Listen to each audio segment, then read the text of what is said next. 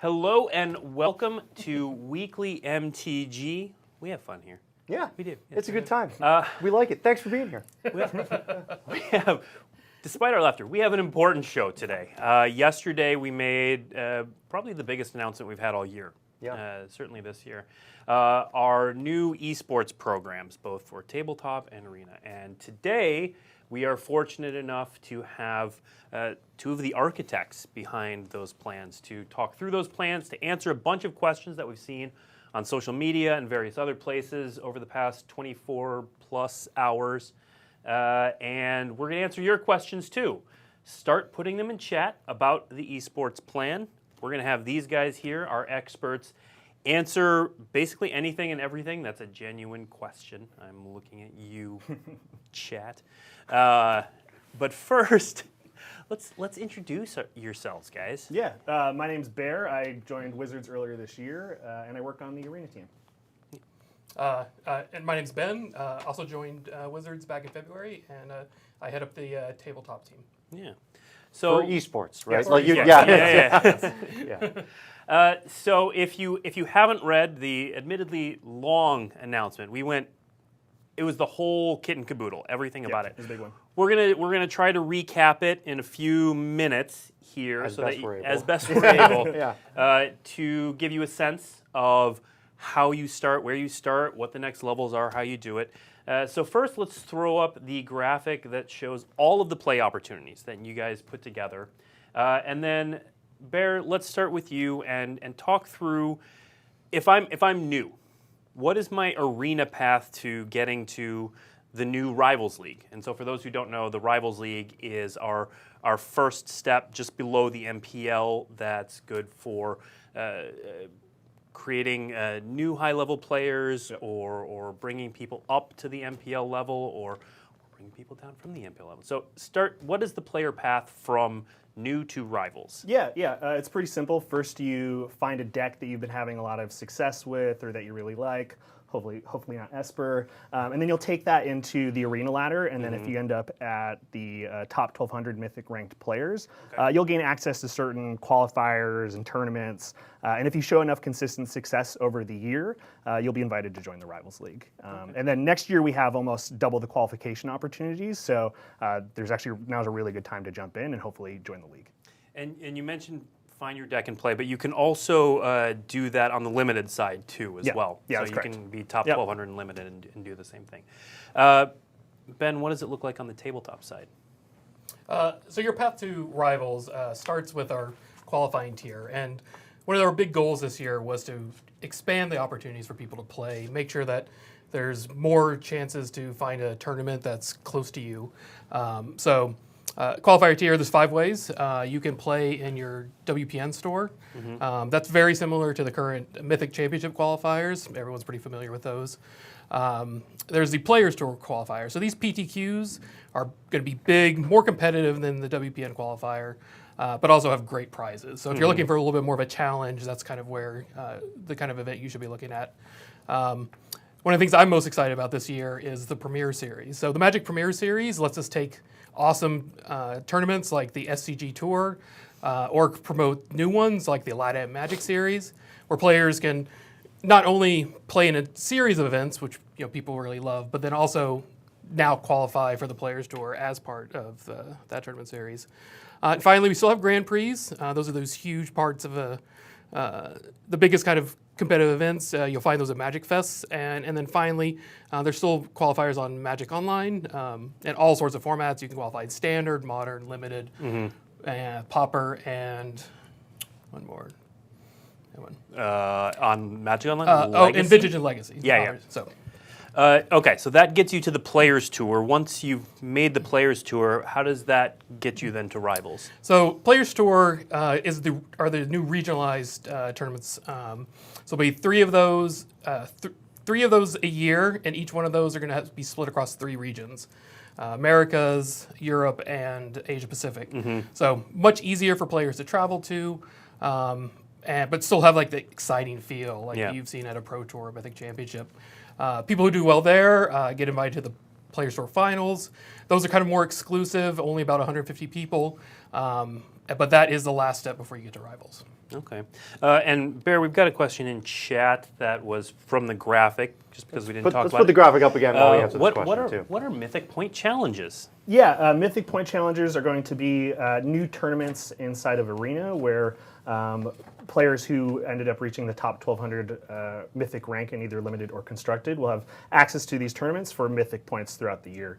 These are kind of add additional elements so that we can kind of measure your Arena performance over the year instead of just little snapshots in time. Okay. So to help reward, again, that consistency. The consistency, performance. yeah. Yep, Yeah. absolutely. Okay, so that's how you get to Rivals.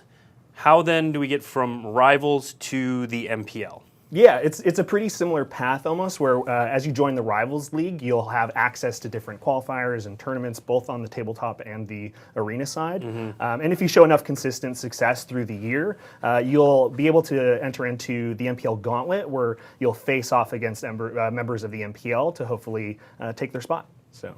Okay. So this is all... By the way, that is really cool. Like, Yeah. that's a really cool thing. Can't wait to watch that. Yeah. It's going to be exciting. The Nice. gauntlet Yeah. is my favorite part of this whole plan. Yeah. So one of the things people might have noticed on that chart that we put up was the little new tags on a bunch of things that showed There it things is that again. were new. We've had a lot of changes over the past couple years, including all this new stuff that we announced yesterday. Should players expect more changes? I think you should definitely expect some tweaks and refinements. I mean, we've already got a ton of really great feedback after we put the plan out yesterday, but you shouldn't see large-scale sweeping program changes. This is the foundation of what we're committed to for a while, and the team's really, really excited to build on top of it. So, Okay. Ben, Yes. what were... Yeah, oh, sorry. I was going to say, like, we understood when we were kind of going into this process how stressful it can be for, like, change year after year. So Yeah. if we wanted to make these changes, we want to make sure we got it right. And so that was one of our big goals, especially from the tabletop side, is create a system that's going to scale and be able to grow as the number of players playing Magic grows for the next 5, 10, 20 years. Yeah, I know that was one of the difficulties we had with the last system, was it didn't quite scale well, and we tried to. You guys weren't here for that, so you can't put that on you. But it didn't quite scale the way we wanted it to. So that was your intention with this, was that we're able to grow it. yeah, and to just accommodate the number of players that are coming into Magic with the Arena launching last year, Magic's never been bigger, so the system needed to adapt and move along with it. Yep, absolutely. So let's talk about one of the biggest pieces of feedback we got yesterday. You mentioned we were listening to a lot of feedback and still iterating on some of those details. One of the biggest pieces of feedback we got was not rewarding consistency. Now, we talked about a couple ways that consistency is rewarded, but players particularly pointed to, for example, GPs. So what plans do we have for tweaks in that area? So we've been talking about it a little bit in the last couple of days, and kind of give a little bit of background here is we know that players want to play a lot, but we also want to balance that with burnout. Like, don't drive them to play so much where they're not having fun. And during these changes, we realized like the best way to gauge that is really to hear from the community. So there's some things that we're going to finalize over the next couple of weeks because we wanted to share the entire program. And just have a dialogue, like have this conversation, understand what's important, and do the right thing. So we've been listening. I'm sure if you've been following on social media, you've seen the Magic Esports accounts being really active the last couple of days. So let us know what you think. Okay. And now the system as announced does have some ways built into it to reward consistency, especially at the Players Tour level. Do you want to talk a little bit about that? Well, it's a pretty complicated system. I wouldn't not go too much in the details, but key things to remember is that if you do well at a Players Tour, you're going to get invited to the next one. If you do well at a Players Tour Finals, you're going to get invited to the next one. Like that kind of thing, we know is critical. You'll see all those details as they come out in the next few weeks. But then what we're really kind of thinking about right now is like, well, if I do pretty good at a number of events, how is that going to be rewarded? And that's kind of what we were talking about here, of getting that feedback, is like, stringing together a couple good performances will give you a shot to stay qualified, and that will include performance at Grand Prix. Okay. And Bear, we're getting some questions in chat again about the people are very interested in the Mythic point challenges. So can you talk a little bit about how those point towards consistent performance as well? Yeah. So we just need different mechanisms in place to just evaluate your arena performance throughout the year. And so we have things like the Mythic Qualifiers that award Mythic points, the Mythic Invitationals, and this year the Mythic Championships. We need additional events to kind of just show consistent performance over a larger sample size. So that's what these are intended to do. So we'll have a number of these going into next year, and we're going to send out more details on these events before the launch of the program next year. Okay.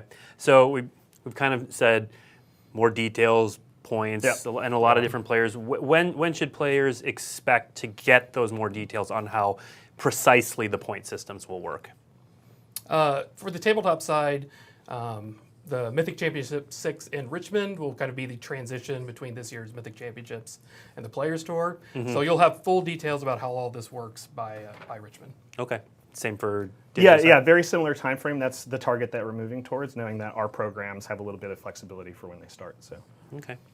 Additionally, I do want to mention, if you are confused by everything that we're talking about here right now, there is an article that goes over a lot of this stuff on magic.gg. What we're doing today is we've had our wonderful social media and community managers go through and take a look at all the feedback we've gotten in the last 24 hours, and we've sort of bucketed them into different categories we've seen a lot of the questions come from. So that's what we're going to be discussing first. Do still keep putting your questions in chat. We do have community managers there monitoring, and we are getting to see those questions, so please keep them coming. But if you are confused, magic.gg, you can read the article there, see everything about the new system. We'll still be talking about it here. Keep us on in the background. Those beautiful graphics that you're seeing are all in that article, and just in case there are people that are watching that maybe totally missed possible. It. Yeah. The exam will be on Friday. So.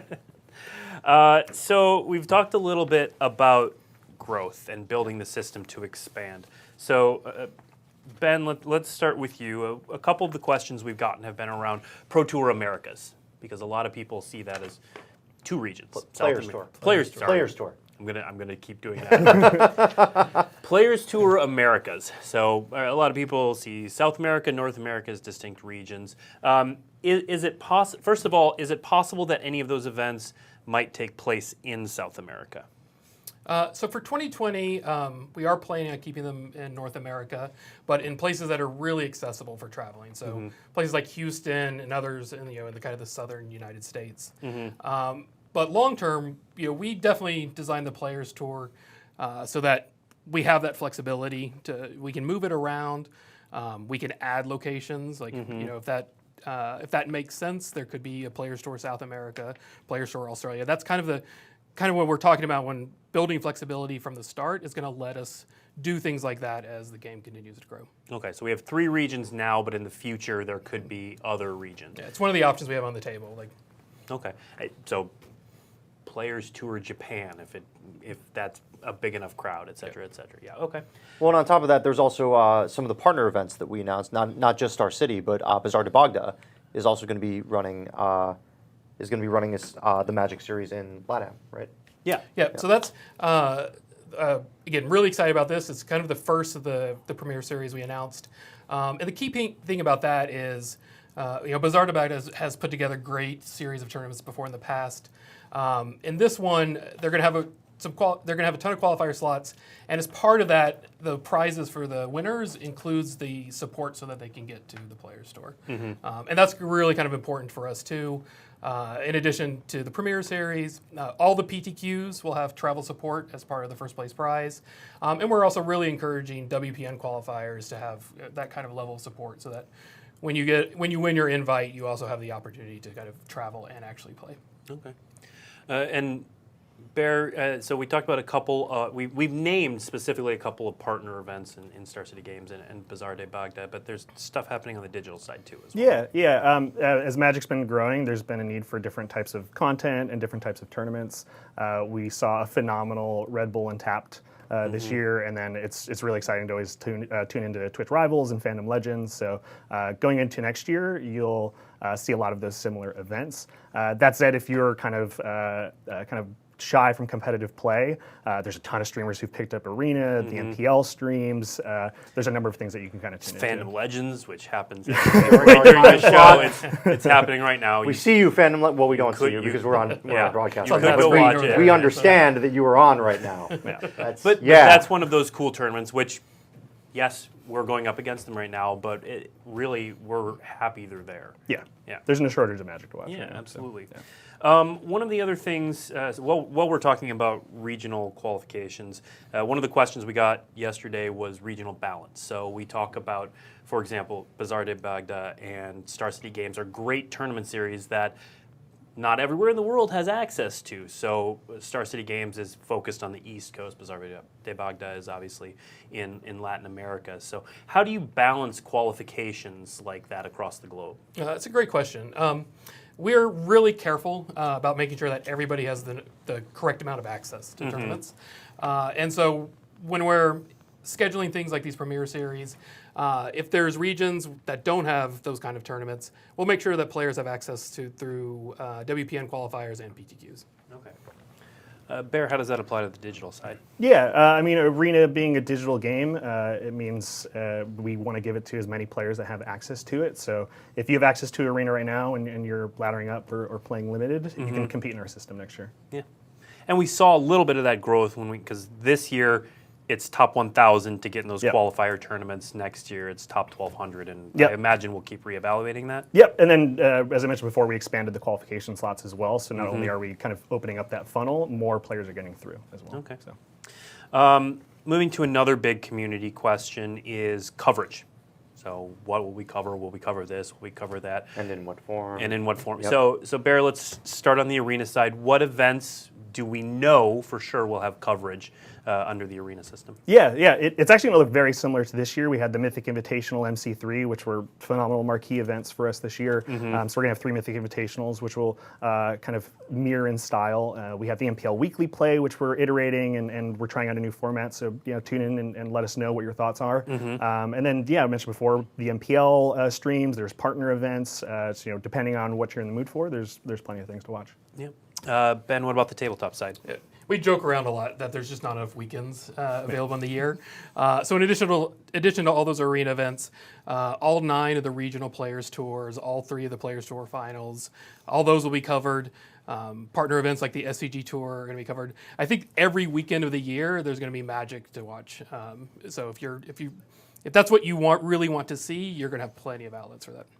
We tried to add a month, but you tried to call it Bentober, and Pretty sure it failed for that reason. Yeah. It was Bentember. Bentember, right? Of course. I'm sorry. Of course. Another big point that the community big question that the community was making over the past 24 hours is what happens to the Mythic points that they've accumulated this year? Yeah. They're not going away. They still point you to the Magic World Championship in February of next year. And they're also the primary mechanism for getting you into the Rivals League. If you go to magic.gg on the schedule page, there's a lot of events that still award Mythic points this year. So, go get them. Yeah. Yeah. Speaking of magic.gg and Mythic points, are there any plans to, right now it just says Mythic points, and one of the qualification paths is you get Mythic points on Arena or you get Mythic points on Tabletop. Yeah. Are we going to split those up and show where those stand for everybody? Yeah, so we're going through that process now and just kind of double checking the list to make sure it's accurate for everybody to kind of reference, and then it should be on the site relatively soon. Okay. Yeah. All right. So the next thing I want to talk about is, we've referenced our great social media team over the bit of this show, but admittedly, leading up to this announcement, we were kind of quiet. Yeah. I mean, we were all heads down, working very hard on this, but we've been effusive in answering questions over the past more than 24 hours. Which Wizards of the Coast are people going to get after this point? Yeah, it'd be really mean if we disappeared after yesterday. It would be, yeah. No, I think... so we're doing that. Yeah, that's exactly what we're doing. Suckers. That's right, chat. Yeah. Answer you didn't expect. Oh! No, it's just like really appreciate your patience as Ben and I get caught up on things and work with the team to dig into the program. I think you're going to see a lot more of us, both on this show, probably consistent updates on magic.gg, and then, if you have any questions, feel free to @Magic Esports on Twitter, and that's an easy way to reach us as well. But the intention is to kind of work with the community to build on this. So. Okay. Very cool. Same answer for you, Ben. Yeah, I mean, I think it's so important for us to kind of establish this dialogue and, not just share our plans, but get feedback for things like the Grand Prix and how that interacts with the rest of the system. So please let us know what you're thinking. You'll see us kind of prompt with questions, and you can also catch us at events. Like I'll be at Magic Fest Las Vegas next week. Hey, me next too. week. So that's You guys should hang out. Yeah, we see each other a lot, we do. especially the last 24 hours. It's fine. But yeah, come say hi. Let me know what's important to you, because it does really matter to us. Well, and something that Blake and I have really tried to let people know, especially on this show, is that we want to hear people's feedback. We want them to keep it coming, and just because we don't respond to everything, it's impossible to respond to everything. But just because we don't respond doesn't mean we don't see it. Doesn't mean that we don't consider it. Like your feedback is definitely being seen. It's definitely being considered, and that's something that I think gets missed sometimes. But this is even with this new initiative, I think it's important to remind everybody that we do care. Like we care about your feedback. We want to see it. We do, and now that we have this base, we're going to be talking a lot more, and I can say that as the self-appointed communications czar. And actually appointed senior communications manager. Yeah, that also as well. But yeah, you'll see these guys back on the show pretty regularly. I know you talked about doing kind of a, you're on the digital side, so dev notes sort of thing on some kind of regular basis. Yeah, just to talk about where we're at with certain programs, what stuff we're working on behind the scenes that we're still tinkering on, just so that we've already kind of committed to a lot of things and say we're going to look into it. Just want to make sure that dialogue is there. So, so not everything has to be a giant announcement. No, you should not see another 20-page announcement in a month. So. Thank goodness. So let's move on to, let's talk about discretionary slots. How about that?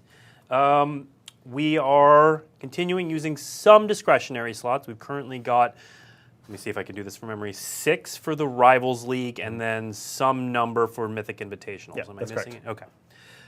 So let's start with why are we keeping these discretionary slots? They've been a little controversial in the community. Yeah, it's pretty simple. We want to make sure that we're giving access to Magic players who are from traditionally underrepresented groups. So we'll use these invites at our discretion, as they're named, for anything from regional representation, human diversity, or if there's a really great opportunity to highlight someone at an event, we'll take that opportunity. So, but they're a pretty important part of the system.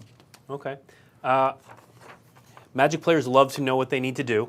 That's true. How do I get a discretionary slot? You don't really get a discretionary slot. Okay. So. Well, I certainly don't. No. None of us. I am none not of us eligible. will. No. We're not eligible. Yeah. Because the competitive structure is fed by so many different types of events, the event is going to dictate kind of what we use those invites for. Okay. If there's an underrepresentation of certain groups, that's who we're going to focus on, and we'll lean on community members and kind of people from those groups in the community to make sure that we're kind of leaning into the right choices there. So. Okay. So those were kind of big bucket questions. Yep. We've got a bunch of smaller questions that we've gotten from the community and we want to make sure that we answer. But also put your questions in chat. The moderators have been feeding me a number of questions so far, and we're going to get to those as well and start firing them at Ben and Bear. But And thank you for the feedback that allowed us to talk about all of those things as well. Absolutely. Appreciate it. And so put them in chat. We'll feed them to Ben and Bear, and we're just going to sit here and answer your questions until there are no more good questions. Yeah. We will stick around until 4 o'clock. 4 o'clock's our hard stop. We'll do. Okay, so here's a tough question, and it's one we got a lot leading up to this. Why didn't we have this information sooner? Yeah, I think the biggest thing is that Ben mentioned before, we wanted to make sure that we were making the right decisions for the programs. Us coming in, we had a lot of catching up to do, and the team built a pretty good foundation for us to work off of when we came in, but we really need to make sure that we were making the right call for all of our new players. So, Yeah, there's this legacy here. I mean, I've been playing Magic since it released, and I want to make sure that we do service to the players, to the people who put this together. So we really wanted to get it right the first time, and I think we did. Okay. Do you want to talk a little bit, because the community didn't see a lot of the back and forth, do you want to talk a little bit about the feedback process we had working with other pros and stuff like that while we iterated on the system behind the scenes? Yeah, I mean, at least nuts and bolts, it depended on, if we had an idea or if there was a mechanism that we were just unsure about. We either shop it to pros or community members, and there were different parts of the plan that we kind of iterated through. I don't know what version this plan is at this point, but we've been in pretty consistent communication, just kind of sharing thoughts and ideas. So it was a pretty integral part of why we got to where we did. Okay. And we also made sure not just to talk to the players in the MPL, but players at every kind of experience level and history with the game, so that we get as broad as a group of experiences and feedback as we could. Okay. So let's do some points-related questions. Points. Points. Points. Points. Points. Points. Ben, what will happen to my pro points? Not mine. I have none. I was about to say, you have pro points? I have no pro points. So we've talked about it just a little bit. We'll share more kind of over the next few weeks, but we did feel it was important to kind of respect that legacy, like I talked about earlier. So we are going to be continuing that. They're being renamed Players Points to sync up with the Players Tour, but we will keep those lifetime totals and make sure we might make some tweaks. We got to scale it to make sure the Players Tour Finals fits in the right way, but we do want to keep that going because we think that's an important part of the history of Magic. Okay. How do my points transfer from 2019 to 2020? Let's go, Bear. Yeah, so we'll use those points to kind of create the MPL and Rivals for the partial season, and then going forward, we'll take the points within the individual season to kind of tweak the system. Okay. Can I get GP buys for player points? So that's a Ben question. It's a good question. There's not an answer today. Okay. And kind of tell you why. Like buys have kind of been controversial for years and years. Like they not only kind of what they do with a tournament, but like they kind of restrict Grand Prix from evolving and iterating. Not saying they're going away, but it is one of the things we're going to look to get feedback on. Is like, are they doing the right thing? Is there a better way to kind of recognize performance at a Grand Prix while still kind of opening the door to have different structures, especially for day one of these huge events? Okay. Let's go back to Ben again. How do lifetime points play? How do lifetime player points, previously pro points, play into the competitive system? There's not going to be a direct connection other than the Hall of Fame. Okay. Those still matter for the Hall of Fame. We're about to kind of go into this year's balloting. And then after this year, we are going to kind of rethink what the Hall of Fame is. And you'll hear more about that kind of as we go through that process. Next week. You're going gonna to hear more about next week. That's what this show. This show next week. We'll So, be here. Yeah. They won't, but we'll be here. We'll be here. 23 hours. The ballots are actually going out next week. Yeah. And Steve and I will be back next Thursday. We'll talk about not only the class this year, some of the top candidates, but we'll also talk about some of the thoughts we're having on the direction of the Hall of Fame in the future. So tune in next week for that. Next up, when will we have a calendar of events? Yeah, I mean, well, we're definitely working on one right now. There's a lot of moving pieces, but you can definitely be assured that if there's any events that you need to have information in order to qualify for certain things, you'll have that information. So I think a lot of people, I'd include myself in this population before coming to work in this building, aren't really aware of why we can't just commit to a full year's worth of events like right now. Why can't we just do that? And there, correct me if I'm wrong, but there are a lot of incredible logistics that go into putting together a lot of these events, both on the arena side and the tabletop side. Yeah. I mean, it's we're close. I think we'll by Richmond, by Mythic Championships in Richmond, we'll have kind of the full schedule of Magic Fest, Players Tour, and Players Tour Finals. So I would look for that as kind of the last day you will kind of see that information. Yep. Yeah. And if you didn't see it, shortly before this show started, Channel Fireball Events published the Magic Fest schedule for which events will have events that feed what Players Tours next year. So that starts with Magic Fest Ghent is the first one that will start feeding the new Players Tour. Next up, will we ever go back to holding high-level events shortly after a new set releases? As a little preview, we do plan for all the Player Store events to come right after expansions release next year. So there'll be exciting, fresh metas, and all new decks. So it's going to be an exciting time. Okay. What about players who want to qualify in non-standard formats? So standard is obviously our most popular competitive constructed format, but players like other formats. What do we have for them if they want to qualify in those kinds of formats? Magic Online is probably the most diverse set of qualifiers. Like we talked about earlier, you'll see 5 different options. Most of the WPN qualifiers and PTQs will be familiar formats. You'll see standard, modern, sealed deck. Tournaments, Premier Series, that's where we'll see probably some experimentations. Like I would expect that you'll see a few like Eternal format Premier Series to kind of give you a chance to kind of show your skills in another format. Okay. One question or piece of feedback we got was that it is possible for the world champion not to be in the MPL. Thoughts on that, Bear? Yeah, it was intentionally designed that way, and there's actually conversations internally on whether or not that's too conservative. So that's one of the details that we're going to take back and kind of dig into and see if there's any merit to switching that. Okay.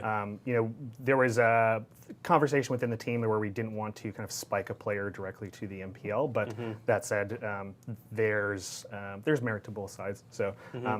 For that to happen, though, that person could have only won about 3 events to be theoretically. Yeah, theoretically, it is possible. Yeah. So those are the types of situations that we're trying to avoid. But totally hear the feedback, and it's something we'll dig into. Okay, so on that topic, talk a little bit about, and this is for either of you, the philosophy on building the MPL the way it is, to where tournament spikes don't automatically get you in the MPL.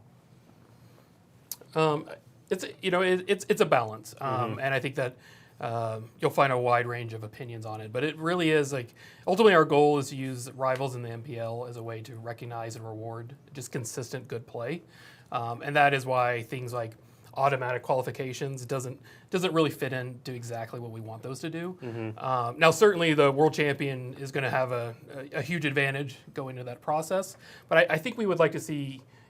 World champion or a Players Tour final winner still show some good performances leading up to that to prove that they deserve to be there.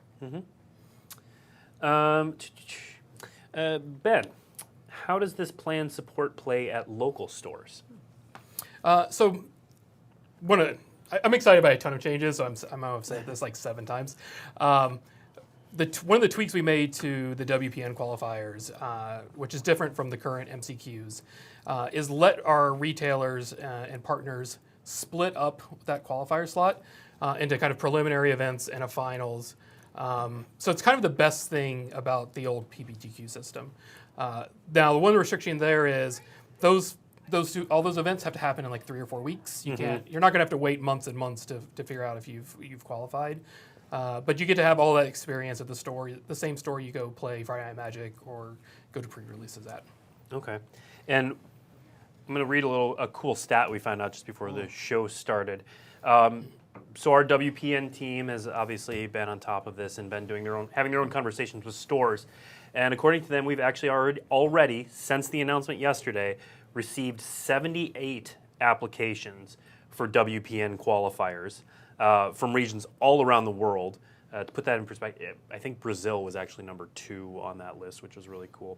But to put that in perspective for the audience, that is more applications than we received for Mythic Championship qualifiers in any month. So there's clearly a lot of excitement. A lot of interest, a lot of interest, a lot of excitement. Speaking of these events, Ben, how do I find them? All of these events start at the store and event locator at locator.wizards.com. So as they're scheduled, they'll be added to that. Okay. Bear, let's go back to you.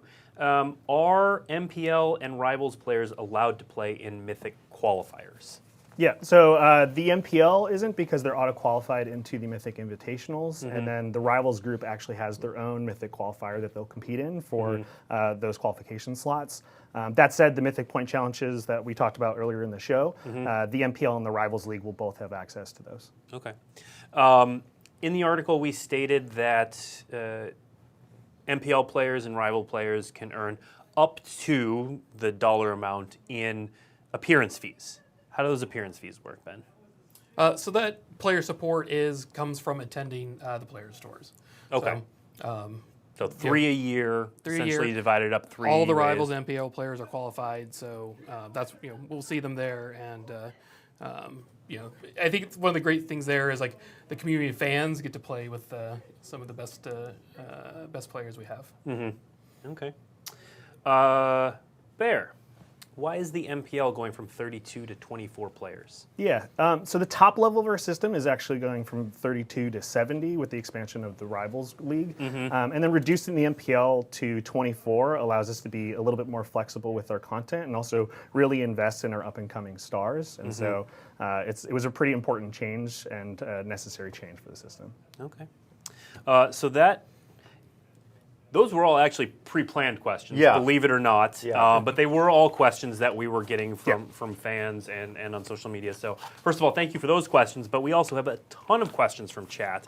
So this is the unscripted part. Yes, here we The go. part we haven't. Papers down. Somebody Pencils get you. down, I'm going to everybody. get you. All right. Somebody's going to get. Somebody's going to get gotched. So this is a question for Ben. What sorts of invites will Star City Games players be getting for the regional players tours? Is this just an invitational winner, open winner, etc.? Star City Games, I've been talking to in the last couple of days. They're going to give a preview of their structure for next year really soon. Okay. But I want to wait for them to make their announcement, and I know in part of that announcement will include where those qualifiers are. It's part of being a good partner. It is. Yeah. It is. We're trying. Good question, though. Will players tours continue? They said GPs, but let's say will players tours continue to happen at Magic Fest? Yeah. All the Players Tour and Players Tour finals will be at Magic Fest. And for the Players Tours, the day before that event starts, there'll be last chance qualifiers all day long. Okay. So if you're an old school player, if you remember old grinders at Nationals, that's kind of the feeling we want to get. So you should plan to come. Even if you aren't qualified yet, definitely come and kind of take your shot. And if it doesn't work out, you still have the Grand Prix to play in. Okay. Bear, very serious question for you. Yes. Okay. Do you have any nicknames? So no, The Bear. Yeah, I think the Bear. Bear is Bear. kind of the only nickname Yeah. that you need. So 0 nicknames. Okay. Back to Ben. An actual serious question. No fair. So how do WPN qualifiers work for which game stores can run them? So basically, I think this question is trying to get at, can my store run a WPN qualifier? Can you talk about I think you're getting at the premium, the application process, all that. Yeah, so without going into too many details, we are recognizing kind of the best stores as WPN premium stores. And so for these qualifiers, we're going to give priority to WPN premium, but tons of other stores are going to have access to them, especially if they're like, kind of building up a player base and making sure they're focusing on the player experience. They should have an opportunity to host these. Okay, so priority for WPN premium stores because they're great stores, but not exclusive to them. Okay. Bear, how are streamers going to factor into the system, or are you going to make them qualify on their own merit? They'll have to qualify through the system just like any other player. So they'll have to hit within the 1,200 Mythic ranked players within that time frame, and then qualify in through the tournament. Okay. That doesn't mean that we won't invite streamers through discretionary invites because a lot of people stream. So Yeah, it's hard to throw a rock at a group of Magic players. Don't throw rocks at Magic. Don't throw rocks, Blake. It's a saying. Stop advocating throwing rocks, Blake. Anyway, a lot of streamers in the Just community. Yeah, dice. Yeah. The Magic Online Championship used to have Platinum as a prize for the winner. will it be a possibility to promote them to the Rivals League next year? So we're not promoting them to the Rivals League. The Magic Online, top players in Magic Online will get invited to Players Tour, and you'll get more details, in that November announcement when we show off all the policy and rules behind everything. Okay. Ben, we haven't talked about this, so I have no idea if this is. I know okay. Bear's answer to this. Actually, so let's start with Bear. Will there? Nope. The question specifically about paper. I apologize. Will there be ways to qualify for the paper Players Tour in Africa? There should be hopefully a couple different ways, and I think we already have a few WPN qualifiers in South Africa, but kind of especially the goal with the Premier Series is to kind of create a structure that's much more flexible, so that in regions where there's not a lot of activity yet, we can still support that by combining multiple events, maybe across multiple cities. So it really kind of is going to depend on if there's great organizers or retailers for us to partner with. But with twice as many opportunities to qualify this year as there has been in the past, it really opens up those opportunities for places like Africa. Okay. Bear. So this player obviously wants to qualify through Arena. Should I be shooting for top 1,200 each month? Or just once during the qualifying season? Yeah, so we'll announce those qualification paths because they'll tie into each Mythic Invitational. There will be 2 qualifying months per Mythic Invitational, so you'll have multiple opportunities Which there. is already 6 months in the year, so that's half of it right there. Yep. Okay. I think we answered this earlier, but let's just reiterate it. Ben, will my Grand Prix finishes this year count for anything under the new system? Well, like I said, we're still talking about exactly how Grand Prix interact, but those will start at Magic Fest Richmond, so you won't have to worry about anything before then. Richmond is kind of the cutoff point for the transition to the Players Tour. Okay. We've gotten a couple questions about nationals. Is there any plan to? I mean, there is no nationals in this plan. Let's be clear about that. Is that something the teams have discussed? Is that feedback you guys have heard? We've talked about it quite a bit. One of the great things about the Premier Series is it actually gives us that flexibility because programs like Nationals just fit right in there, whether we're running things directly or with partners or other organizers. The follow-up question probably is, what about the World Magic Cup? No plans for World Magic Cup in 2020. We know it was an awesome event. It's something we're going to always talk about, but next year is going to be about the Players Tour. Okay. Are the new Players Tours going to be the same weekend or 3 consecutive weekends, or what are we doing with that sort of scheduling? So we talked about how Ben Timber didn't work out. So most likely it looks like the Players Tours will probably take place over 2 weekends. So there will be some overlap. Now, all of those Players Tours are going to be covered in the local time zones. So if you want to watch along, you'll be able to watch 16 hours of Magic in a row as we go from like Asia Pacific to Europe. Those kind of events. Okay. Bear, I'm going to throw this one to you. Happy birthday. It's not his birthday. Why is this system so complicated? I think unlike any other esport, we have to balance 2 different platforms. We get to balance 2 different. Yeah. Don't say have to. We get to. It's amazing.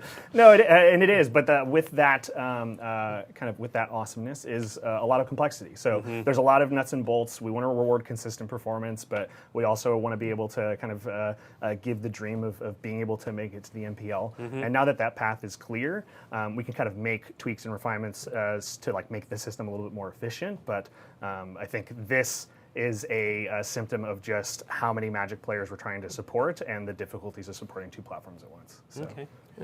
And the reality is, like, especially on the tabletop side, like the real world is messy. It's hard, but I think it's really important that like getting people together and sitting across a table and playing Magic, it's really one of the best ways to experience the game.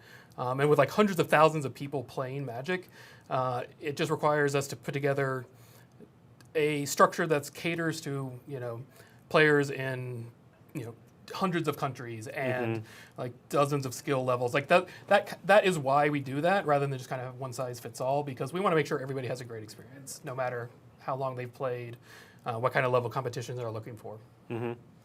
Okay. Aside from the Mythic Championship in Richmond, are there any events that award tabletop Mythic points before the transition?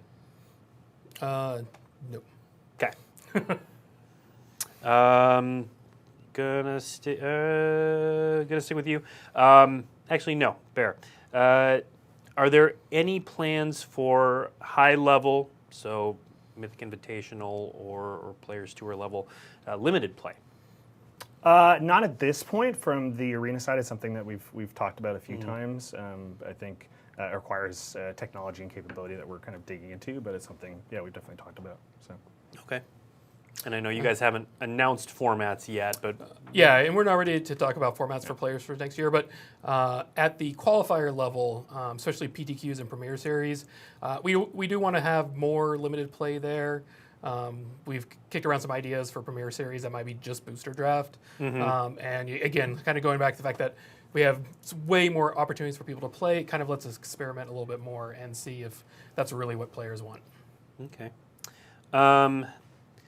Next question. Since the Players Tour is supposed to double the number of people participating compared to Mythic Championship qualifiers, where are most of these new invites coming from? Is it more PTQs, Premier Series, somewhere else? Where is most? So I think what they're asking is how we're splitting them up among those. It's really going to be a balance of opportunities. Like Premier Series is probably the most exciting way to use those.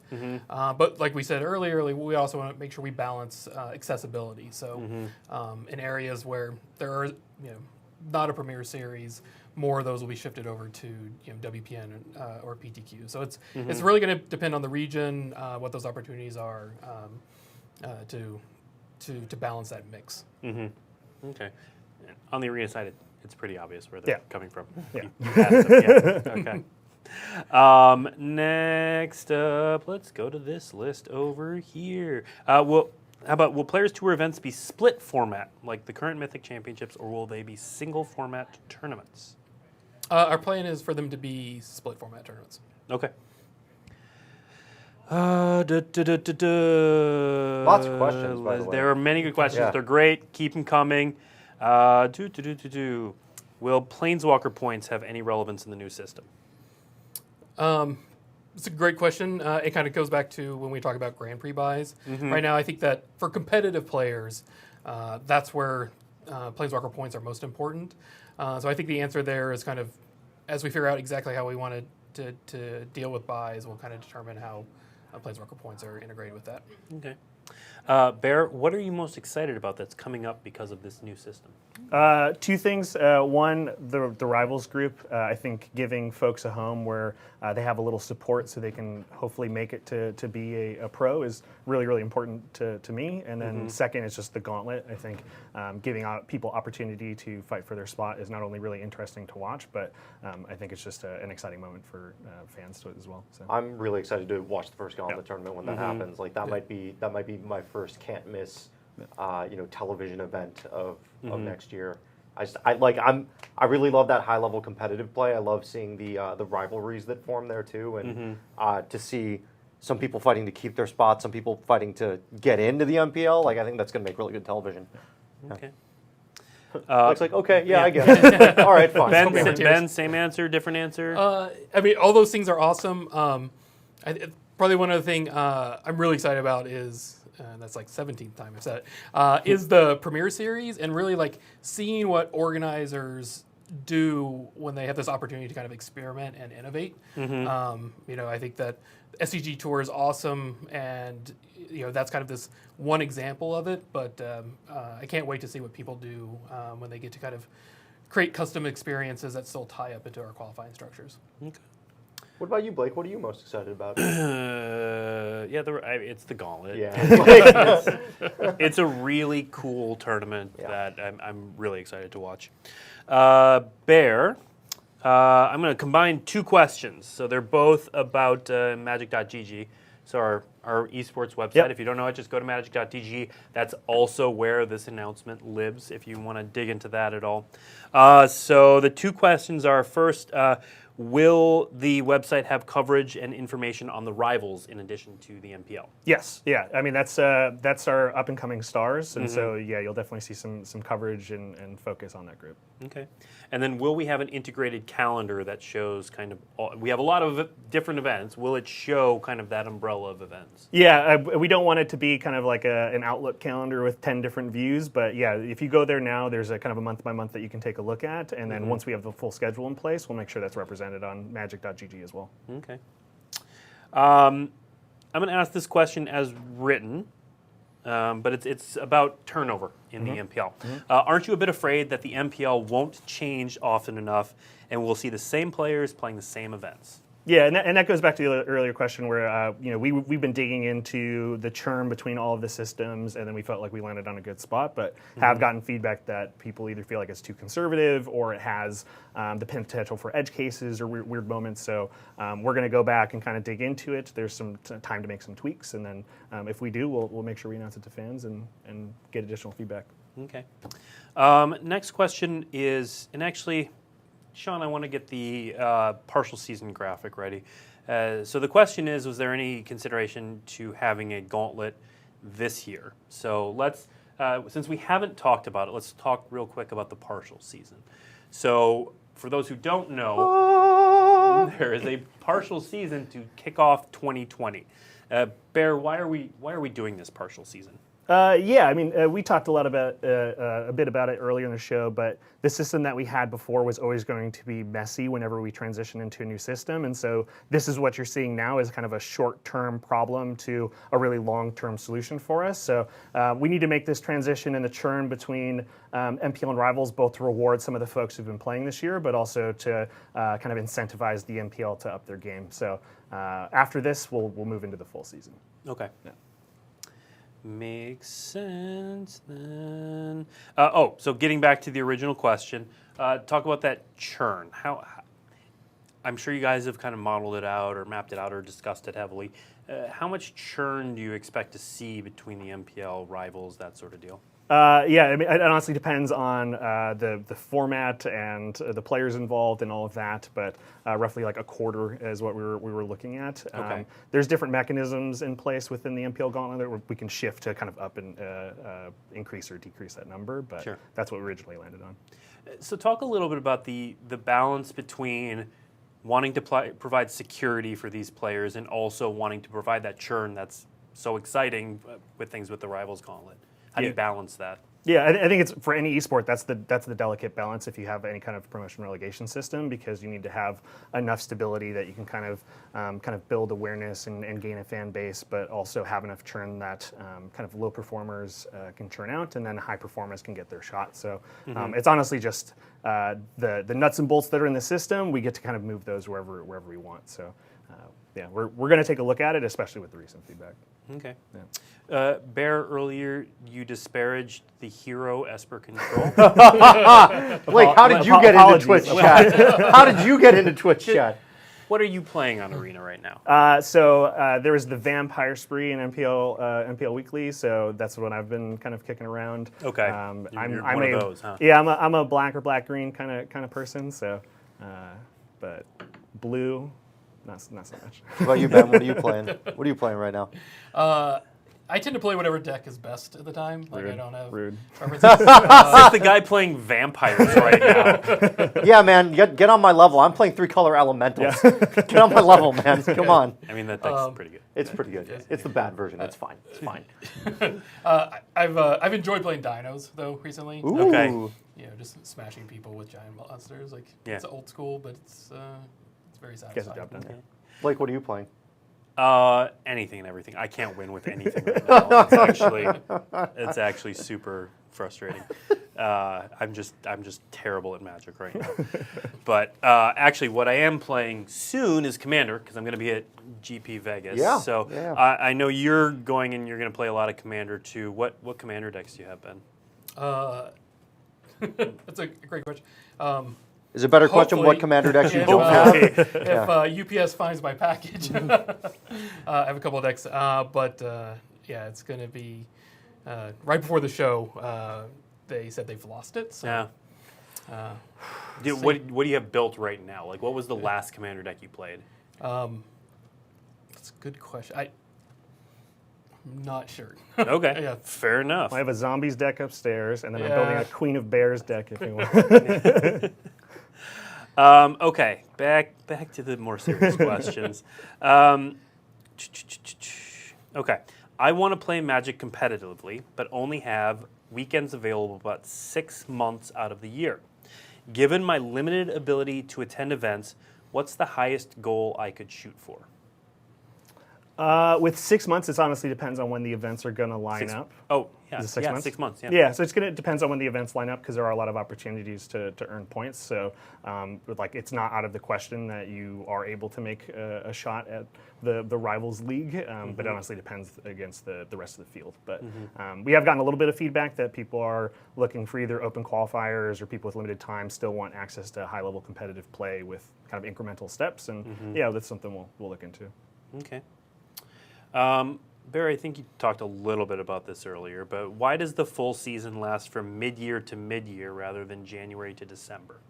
Yeah, we wanted to kind of focus the rotation. We wanted to do a year, like an August to August competitive season around the core set time frame. So that's why next year is a bit messy where you have Worlds and the partial season, but going forward, you'll see the big kind of rotation in MPL and Rivals churn around the core set and the rotation. So. Okay. And it really helps to not have your big events, your World Championships in December or January because people are really busy and would rather spend time with family. With what, Ben? What are they busy with? They're preparing for real Bentember. Bentember's definitely in the fall. Yeah. Summer's definitely full. Let's also talk a little bit about, we've touched on MPL Weekly a little bit. So first, we have an MPL Weekly show. Is it weekly? It's MPL Weekly. MPL Yep. Weekly. You're good. I keep getting it mixed Weekly up. MTG, MPL Yeah, Weekly. weekly. That's MPL not- Weekly MTG. Not confusing to anyone. We have an episode this Saturday, and we have the broadcast team, which is killer. Oh my God, this is a great broadcast team. So Becca Scott, Marshall Sutcliffe, Paul Rietzel, and Reed Duke. Every week we're putting in an MPL player, which is a great addition. So Reed Duke is in here. Paul's not in the MPL, but he's at that level. He's a Hall of Famer, so you're going to get a ton of high-level commentary with this weekend. So for those who don't know, Bear, what are we doing differently with this MPL split? Yeah, well, we have each group playing a week that feeds into a top 4 bracket. It's a little bit cleaner where we can kind of tell really compelling stories week to week, and you can follow MPL players throughout their journey. As you can see, there's MPL folks who've put out VODs or kind of analysis of their content, so it should hopefully be a deeper dive into the high-level competitive play that we're trying to show. Okay. Off the top of your head, do you remember who the 4 players are this week? I do not. I've been a little busy. Do you? I feel like it was 3 Hall of Sean, do you know? Everybody fails. We clearly did not prepare for that question. Someone may be putting it in chat. But it is, so again, the structure is players have already played their round robin. The top 4 are all playing against each other, and those are the matches that you'll see this weekend. That's so correct. you will get a division winner who gets that all-important pass to day 2 for the next Mythic Invitational. So, Yes, Sean Sean? is raising his hand and is about to tell us who we got? Seth Benfield, Seth Manfield, he's great. PVDDR, Paulo Vitor Damarosa, also great. Martin Yuza, Yep, Martin Yuza. So that's 3 Hall of Famers. Shouta Yosoka. Shouta Yosoka. Okay. So That's those a, that's are a the stacked top 4. Wow. Murderer's Row. that division. I think was something. Yeah, that like was the 5 Hall of craziest division, I Famers. think, It was absurd. So coming out of that top 4 alone is pretty good. And I think that one. I think the top 4 this week came down to tiebreakers, and Andrea Mingucci was the odd person out, I believe. Okay, so I think that covers all the questions we have in chat. I'm going to give everybody else a second to throw in any more questions that we might be able to answer. But I want to give you guys a chance to just kind of say, this has been a big deal for you guys. You guys have done a lot of work here, and just kind of what do you want to say? Without this kind of making it feel like the Oscars, I do want to thank fans for just being super patient again. I also want to thank the pros and community members that we interacted with to build this program. Their feedback was invaluable. And then just like I think the final note is that there was a very, very large team who worked on this thing. And so just thanks to all of them. They did an incredible job. You just kind of covered everybody, right? Yeah, I guess thank you, everyone. No, I mean, it's really exciting to be here right now. I do think we are building this foundation for years and years of competitive play, and while still trying to do it in a way that respects the legacy of how we got here. Yeah. So that's, it's great to be a part of this team, and I'm really excited about the future. Yeah. Magic is bigger than it's ever been, and so I think it's our job to help work with the team to shepherd it into a new era, and we're pretty excited to do that. There's a lot of work left to do, so again, reach out at Magic Esports. We'll be around, but it should be pretty cool. Yeah, absolutely.